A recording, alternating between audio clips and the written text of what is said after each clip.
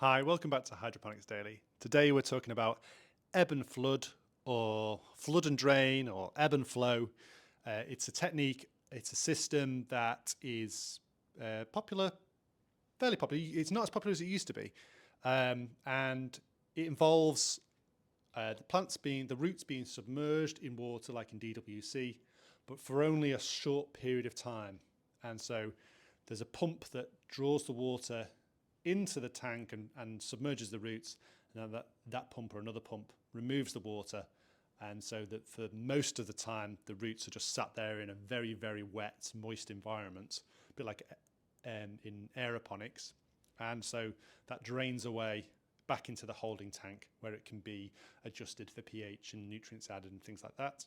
And then the plant just sits as it would in another system on the surface, and the foliage is there. It's a simple system. It's reliable as long as the pump's reliable. It's used a lot in where's it used a lot? Like ornamentals, I think it's used a lot. So if we're growing lots of potted plants, the whole area can be flooded at once, and then that makes it an efficient way of growing plants in like cocoa in pots. The whole polytunnel or greenhouse can be flooded, and then the plants can be moved around, whereas they can't in other systems. It doesn't need hand watering or anything like that.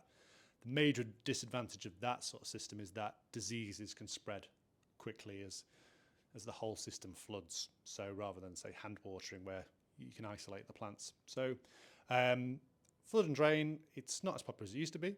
It's quite a good system. And ebb, meaning to ebb away, and obviously flood. It's important that it fills to the exact same point every time, because if it doesn't, then roots will start to suffer from severe drought if they are only getting water every so often. You want a consistent height, and that can be an issue if there's not enough water in the tank or if the pump isn't very accurate. And obviously, you've got to make sure as that plant develops that those roots don't stay in stagnant water, because they're going to rot. So, but apart from that, it's a fairly good system. That's been Hydroponics Daily for today, flood and drain systems.